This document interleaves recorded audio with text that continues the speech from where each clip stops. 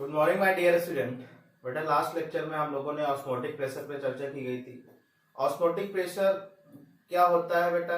जब कोई कम कंसंट्रेशन से सॉल्वेंट पार्टिकल अधिक कंसंट्रेशन की तरफ आने लगते हैं, जिसकी वजह से जिसका कंसंट्रेशन ज्यादा है उसका लेवल ऊपर होने लगता है। ऊपर क्यों है? क्योंकि उसमें जो सॉल्वेंट पार्टिकल है बेटा वो आगे आते जाएंगे ना, तो क्या होगा? लेवल ऊपर आ जाएगा ना। तो उसी लेवल को कम करने के लिए जितना हम एक्सटर्नल प्रेशर लगाते हैं वही उस सॉल्यूशन का क्या होता था? ऑस्मोटिक प्रेशर होता था। बात समझ गए ना बेटा? इतनी बात तो समझ गए। फिर क्या हुआ कि इस पे डिपेंडेंसी क्या क्या होती थी कि पाई किस पे डिपेंड करती थी? पाई मतलब ऑस्मोटिक प्रेशर किस पे डिपेंड करता था? ठीक है, टेम्परेचर पे डायरेक्टली प्रोपोर्शनल होता था, कंसंट्रेशन डायरेक्टली प्रोपोर्शनल होता था, वॉल्यूम के इनवर्सली प्रोपोर्शनल होता था। जैसा कि मैंने जब सी को खोला था N/V में, ठीक है ना, वैसे उस हिसाब से देखा होगा आप लोगों ने। एक बड़ा फॉर्मूला आपको मैंने बताया था, उसको उस तरीके से सारे क्वेश्चन आप लोगों ने अटेम्प्ट कर लिए होंगे मेरे हिसाब से। ठीक है बेटा। अब ऑस्मोटिक प्रेशर के अकॉर्डिंग जो है सॉल्यूशन कितने टाइप के होते हैं? देखो, osmotic pressure according to osmotic pressure solution is 3 type. First one isotonic,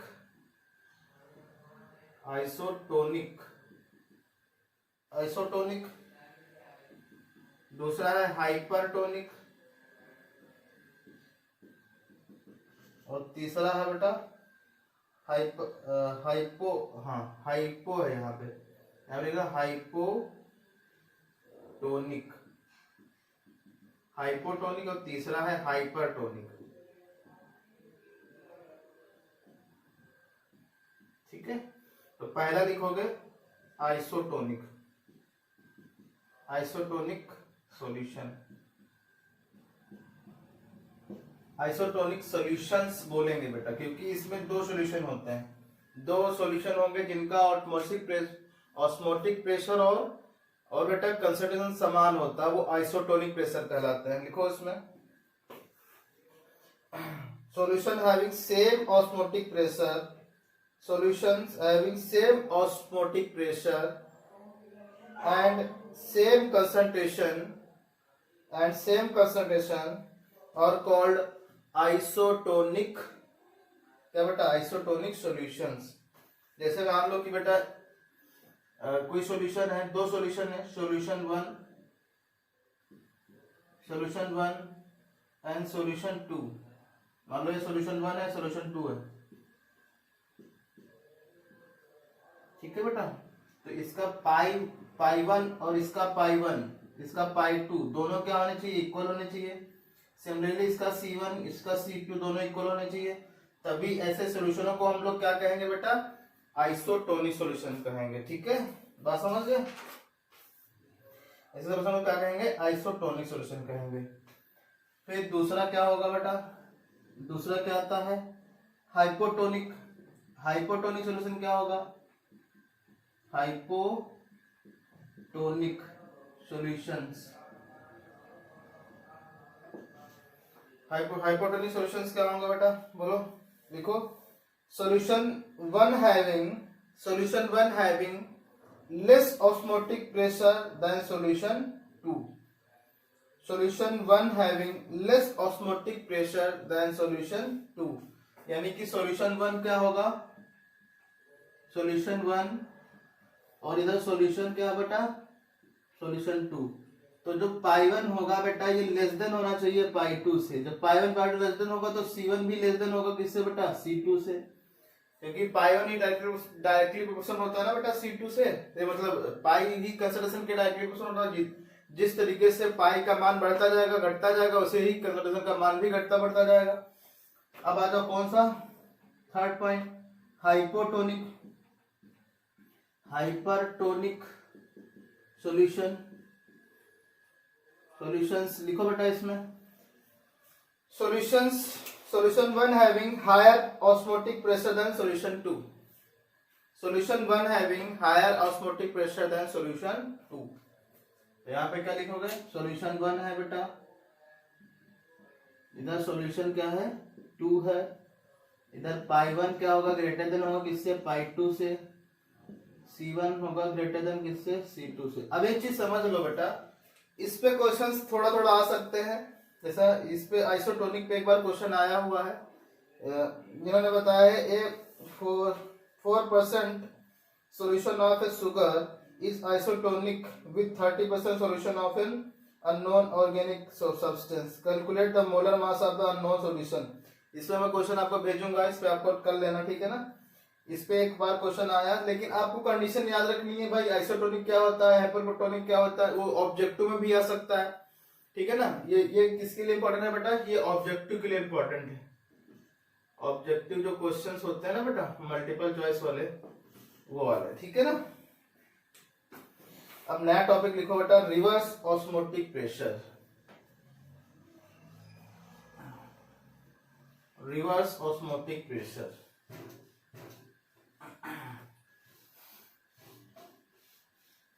इसको हम लोग आरओ कहते हैं, रिवर्स ऑस्मोटिक प्रेशर।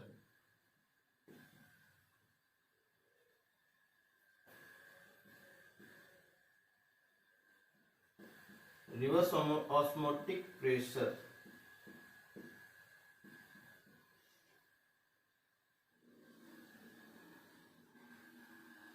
ठीक है बेटा। रिवर्स कोई चीज क्या होती है, जैसे ऑस्मोटिक प्रेशर का उल्टा, उल्टा मतलब ये नहीं कि आप जो है सॉल्वेंट साइड से आप प्रेशर लगा रहे हो, ऐसा कुछ नहीं है। देख लो पहले क्या होता है। ऑस्मोटिक प्रेशर क्या होता है कि जब हम जो ऑस्मोसिस फिनोमिना को रोकने के लिए जितना ऑस्मोटिक प्रेशर सॉल्यूशन साइड पे लगाते हैं, रोकने के लिए केवल बेटा, बात समझ लो। जैसे कि ये कोई कंटेनर है, इसमें दो पार्ट डिवाइड कर दिए गए हैं, एक ऐसे है, ठीक है। ये क्या है, सॉल्यूशन है बेटा, ये क्या है, सॉल्यूशन 2 है, जिसका कंसंट्रेशन कम है। मान लो ये सॉल्वेंट है, ठीक है बेटा, ये सॉल्वेंट है, और ये क्या है, सॉल्यूशन है, ठीक है। इस पे पिस्टन लगा हुआ है, इस पे पी एक्सटर्नल कहते हैं, इसका मान पाई के बराबर होता है, ठीक है। ये दोनों अभी तक लेवल है। अब क्या है, ये एसपीएम लगी हुई है, सेमी परमेबल मेम्ब्रेन, जो क्या करती है, केवल सॉलिड पार्टिकल को जाने देती है, ठीक है बेटा। तो ऑस्मोटिक क्या होता था, ऑस्मोटिक प्रेशर वो प्रेशर होता था कि ये फिनोमिना को रोकने के लिए, ठीक है ना, ये इधर आ रहे थे, इनको रोकने के लिए जो प्रेशर अप्लाई करना पड़ता है उसी को क्या कहते थे, ऑस्मोटिक प्रेशर कहते थे। याद आ रहा है कुछ, बोलिए बेटा। यही तो होता था ना, ऑस्मोटिक प्रेशर किसको कहते थे, जो ऑस्मोसिस फिनोमिना को रोकने के लिए। ऑस्मोसिस फिनोमिना क्या होता था कि जब सॉल्वेंट पार्टिकल कंसंट्रेशन जो सॉल्यूशन पार्टिकल में आने लगते हैं, ठीक है, इसको ऑस्मोसिस कहते हैं। इस फिनोमिना को रोकने के लिए जितना एक्सटर्नल प्रेशर अप्लाई करते हैं on the solution side is called क्या बेटा, osmotic pressure. That value of P external is called क्या बेटा, बोलिए, वो कहते हैं ऑस्मोटिक प्रेशर, ठीक है। रिवर्स ऑस्मोटिक प्रेशर क्या होता है, ये देख लो पहले तो। रिवर्स ऑस्मोटिक प्रेशर क्या होता है, रिवर्स ये होता है बेटा, क्या होता है कि ये फिनोमिना तो ठीक है, ये फिनोमिना तो ठीक है, इसमें क्या करते हैं हम, जैसे रोकने के लिए क्या करते हैं, रोकने के लिए क्या करते हैं, जो प्रेशर अप्लाई करते हैं वो ऑस्मोटिक प्रेशर होता है, ठीक है। अब हम क्या करेंगे कि सॉल्यूशन साइड में भी तो क्या बेटा, सॉल्वेंट है, सॉल्वेंट पार्टिकल है कि नहीं है, इसमें भी सॉल्वेंट पार्टिकल है। तो सॉल्यूशन साइड पे अगर तुम सोचो, रोकने के लिए हमने जो प्रेशर अप्लाई किया है वो क्या कहते हैं, ऑस्मोटिक प्रेशर कहते हैं। तो हम अगर ऑस्मोटिक प्रेशर से ज्यादा प्रेशर अप्लाई कर देंगे तो इसमें जो सॉल्वेंट पार्टिकल है वो इस तरफ मूव करने लगेंगे। बात समझ रहे हो, क्योंकि ये एसपीएम केवल सॉल्वेंट को ही पार्टिकल को जाने देगी, इस तरफ मूव करने लगेंगे, समझ रहे हो ना। अगर हम पाई से थोड़ा सा ज्यादा, मतलब पाई से हम क्या कर दें, पाई में पाई 1 जोड़ दें, दिस वैल्यू इज कॉल्ड क्या, रिवर्स ऑस्मोटिक प्रेशर, ठीक है। मतलब कि आपने पाई से ज्यादा वैल्यू दे दिया, तो पाई से ज्यादा वैल्यू जब दे दोगे तो क्या होगा, सॉल्वेंट में भी तो मतलब सॉल्यूशन में भी सॉल्वेंट पार्टिकल है, वो इस सॉल्यूशन से निकल के सॉल्वेंट साइड जाने लगते हैं। तो this phenomena is called reverse osmotic pressure, ठीक है ना। जब हम पाई से क्या कर देंगे, थोड़ा सा मान ज्यादा हो जाएगा जिनका, जिसकी वजह से क्या हो जाता है, सॉल्वेंट साइड में पार्टिकल होते हैं, जो सॉल्यूशन साइड में जो सॉल्वेंट के पार्टिकल होते हैं वो इस तरफ मूव करने लगते हैं। This phenomena is called reverse osmotic, यानी आरओ। आरओ कैंट आरओ जो हेमा मालिनी प्रचार करने आती थी ना, याद है ना तुम लोगों को? अब भी आती है क्या? हाँ आती होंगी। ठीक है, तो रिवर्स ऑस्मोटिक प्रेशर क्या होगा बेटा? ये वाला जो होगा, ये मान जो है पूरा, ये वाला जो आपने अप्लाई किया है ये वाला, ठीक है ना, थोड़ा सा ज्यादा ही होगा ना, यही क्या कहलाता है? Reverse osmotic pressure. ठीक है बेटा, इसके एप्लीकेशन बहुत अच्छे अच्छे हैं, तो इसके बारे में पहले लिख लो, इसकी डिफाइन लिख लो बेटा पहले क्या है, जो मैंने डिफाइन समझा दी है वो लिख लो। लिखो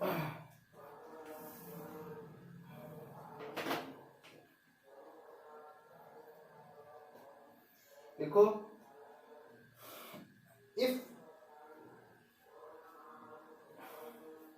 if pressure applied on solution side, if pressure applied over solution side is greater than osmotic pressure of the solution, if is greater than osmotic pressure of the solution, if pressure applied, फिर से लिख लो, if pressure applied over solution side is greater than osmotic pressure of the solution, मतलब अगर आप क्या कर रहे हो, सॉल्यूशन साइड पे प्रेशर को अप्लाई कर रहे हो और इस सॉल्यूशन साइड का प्रेशर क्या है, ऑस्मोटिक प्रेशर से ज्यादा है, then the movement of solvent particle will move, then the movement of solvent particle will move towards higher concentration to lower concentration. ठीक है, this phenomena is called reverse osmotic pressure. This phenomena is called reverse osmotic pressure.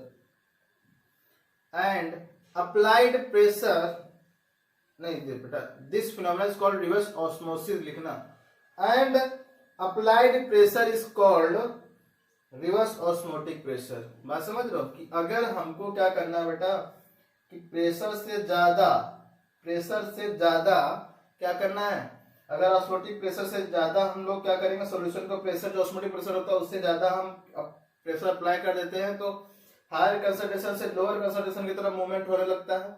This movement is called reverse osmotic and applied external pressure is called क्या बेटा, osmotic pressure. ठीक है, reverse osmotic pressure, reverse osmotic pressure.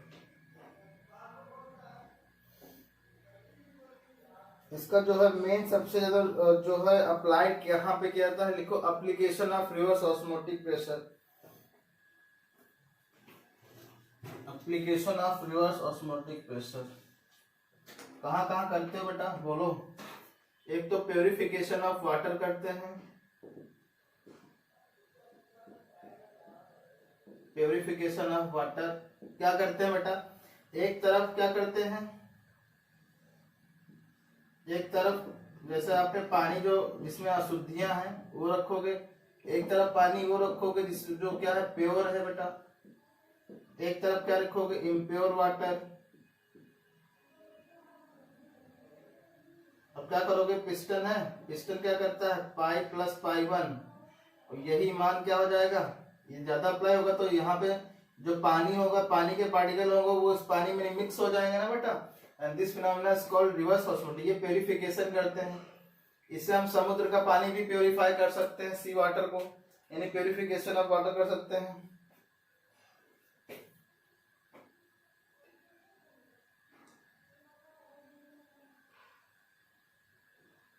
ठीक है बेटा, तो ये हम इस तरीके से चीजें एप्लीकेशन करके हम लोग शुद्धिकरण कर सकते हैं किसका, बोलिए बेटा,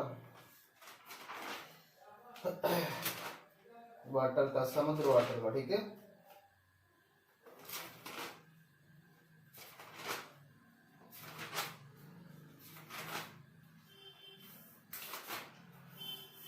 अब लिखोगे नया टॉपिक है बेटा, solubility of gas in liquid, जो सबसे पहले आपके चैप्टर में दे रखा है ना बेटा, solubility of gas in liquid.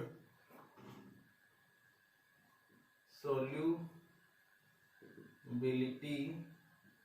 of gas in liquid, solubility of gas in liquid। ठीक है, कैसे होता है बेटा, देखो क्या होगा बेटा, देख लो एक मिनट कि जो जैसे आपने कंटेनर को लिया, ठीक है बेटा,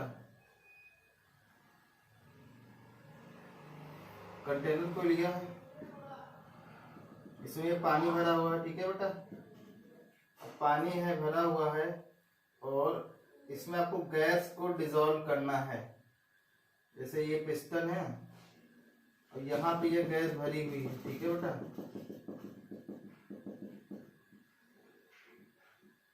ये क्या है, सॉल्वेंट है कोई, ठीक है। अब क्या करोगे, इस पे आपने वेट लगाओगे ना, वेट रखोगे, जैसे 2 kg मान लो रख दिया आपने। सिमिलरली फिनोमिना यहाँ पे ये है, एक दूसरा पिस्टन रखा हुआ है ऐसे ही बना हुआ,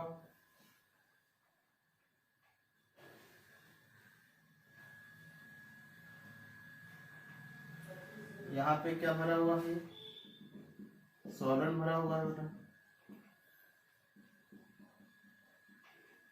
ठीक है। और ये पिस्टन है,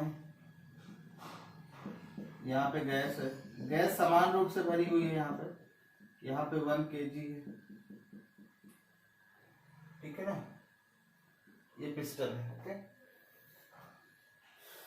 टेम्परेचर दोनों का सेम है, रूम टेम्परेचर ही है,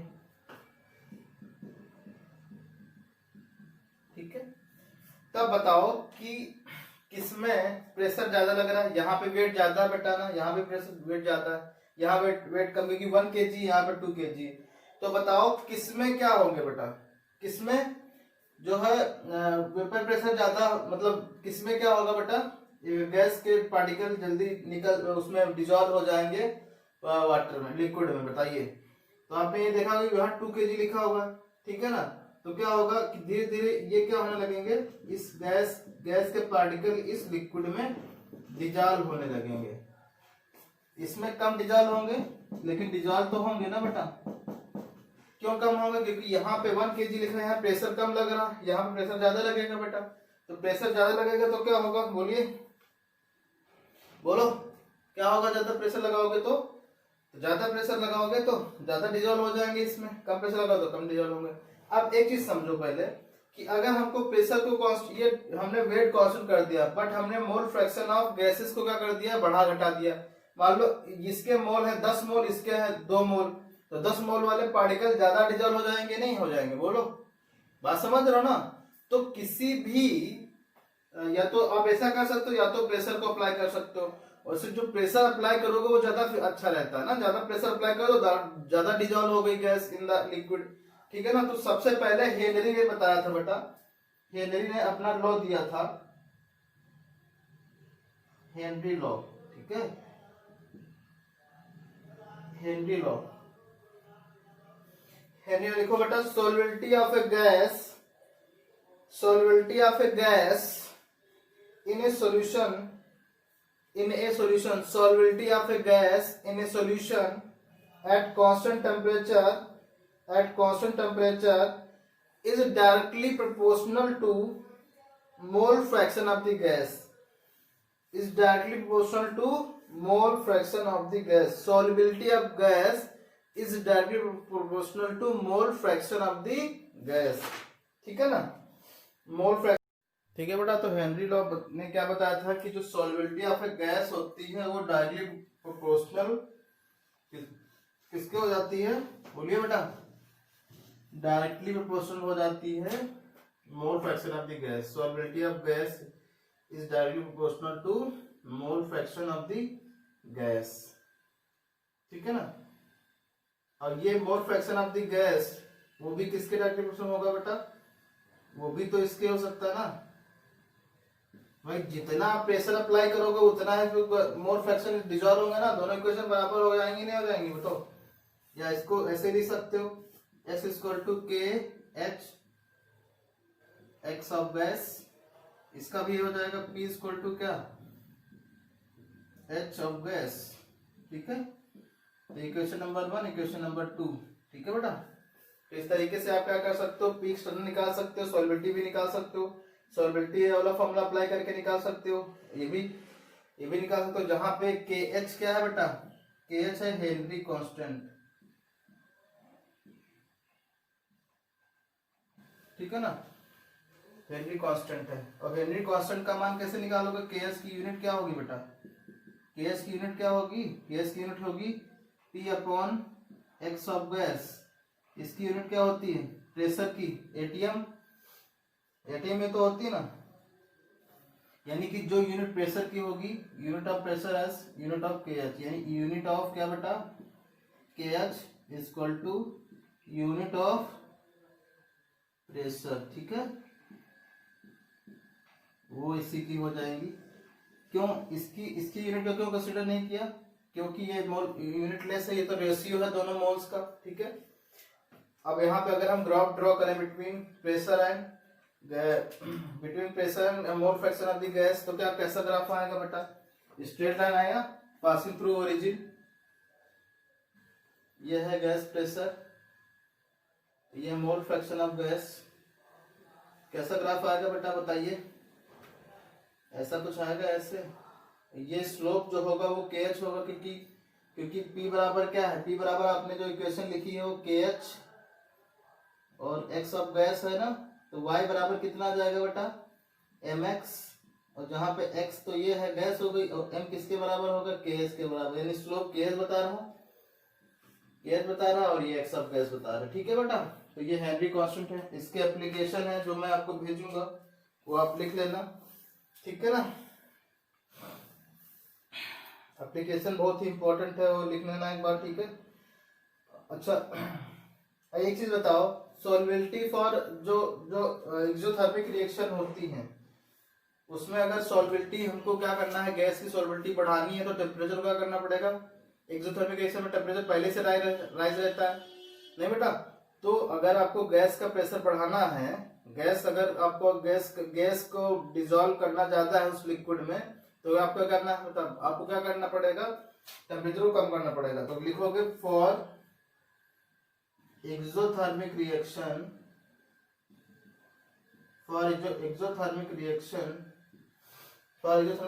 temperature is decreases for better solubility of the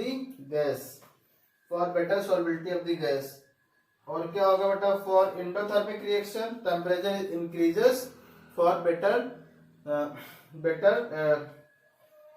solubility of the gas, for endothermic reaction के लिए हो रही बात, ठीक है ना, एंडोथर्मिक रिएक्शन के लिए बात हो रही, ठीक है।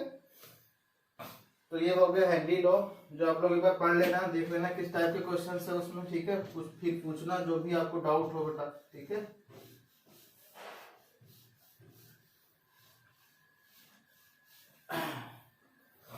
एप्लीकेशन ऑफ हेनरी लॉ, ये भी लास्ट टॉपिक है, application of Henry law, application of Henry law in the deep sea divers depend upon compressed air for their oxygen supply।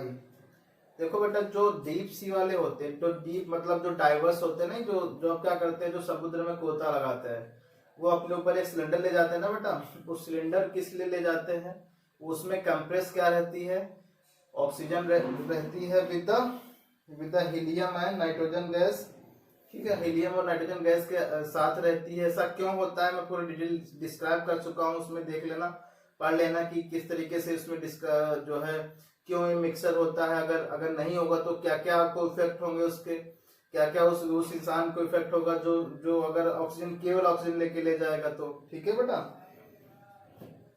और जो पहाड़ियों पे लोग रहते हैं, उनका जो है उनका बुद्धि लेवल थोड़ा कम होता है, उनके अंदर एक बीमारी हो जाती है, क्यों, क्योंकि वहां पे जो ऑक्सीजन थोड़ा सा कम, आपको ऑक्सीजन थोड़ा सा कम मिलेगी, क्योंकि जैसे जैसे आप ऊपर जाओगे ऑक्सीजन सप्लाई कम होती जाएगी, क्योंकि प्रेशर वहां पे कम होता जाता है, एटमॉस्फेरिक प्रेशर, ठीक है। तो ऐसे लोगों को जिसमें ऑक्सीजन की जो है कमी आ जाती है, उसको एनॉक्सिया कहते हैं, एनॉक्सिया, ठीक है ना। और कोल्ड ड्रिंक्स में आपने देखा होगा बेटा, जैसे जैसे कोल्ड ड्रिंक्स के होती हैं उनमें कार्बन डाइऑक्साइड डिजॉल्व रहती है, वो हेनरी लॉ के अकॉर्डिंग ही रहती है, क्योंकि प्रेशराइज रहती है ना कोल्ड, इसीलिए देखा होगा आपने में जब जितना कूल करते जाओगे उतना अच्छा डिजॉल्व होता जाएगा कोल्ड ड्रिंक। ठीक है ना, गर्मियों में जैसे जो जो खाली बोतलें पड़ी रहती है, नहीं देखा होगा आपने, विदाउट ठंडी, तो आप इसको खोलोगे तो उसमें एक हवा टाइप की निकलेगी, बाहर निकल जाएगी, फिर आप पियोगे तो कोई मजा ही नहीं आएगा आपको कोल्ड ड्रिंक पीने का। ठीक है, तो ये जितना कूल करोगे उतना अच्छे से वो डिजॉल्व होगी उसमें। ठीक है बेटा, बात समझ गए? तो ये एप्लीकेशन जो थे वो मैं बता दूंगा, खुद भेज दूंगा आपको, आप लिख लेना उसमें। ठीक है बेटा, ये चैप्टर का खत्म होता है इस ऐसे। ठीक है, तो चैप्टर नंबर 2 खत्म हो गया। कल से स्टार्ट करेंगे इलेक्ट्रोकेमिस्ट्री। ठीक है, उसके लिए तैयार रहो। इसके सॉल्यूशन के जो मुझे जो है एनसीईआरटी क्वेश्चंस, जो उसमें कोई डाउट आ रहा हो तो उसमें पूछिए बेटा। प्रीवियस ईयर क्वेश्चन पेपर में देखिए किस तरह के क्वेश्चंस आते हैं। ठीक है ना, क्योंकि क्वांटा फैक्टर ये सब चीजें आपको डिलीट कर दी गई हैं। ठीक है ना, तो वो मैं नहीं पढ़ा रहा हूँ। ठीक है, वैसे मैंने मेजॉरिटी में चीजें बता रखी हैं, सारी चीजें बता रखी हैं, उसमें कुछ बड़ा कॉन्सेप्ट नहीं है। ठीक है बेटा, अगर जिसको करना है पूछ सकता है किस तरीके से किया जाता है, लेकिन मेरे हिसाब से यही बहुत पर्याप्त हो गया आपके लिए। ओके, बस पढ़ते रहिए आप और काम करते रहिए। ठीक है बेटा, थैंक यू।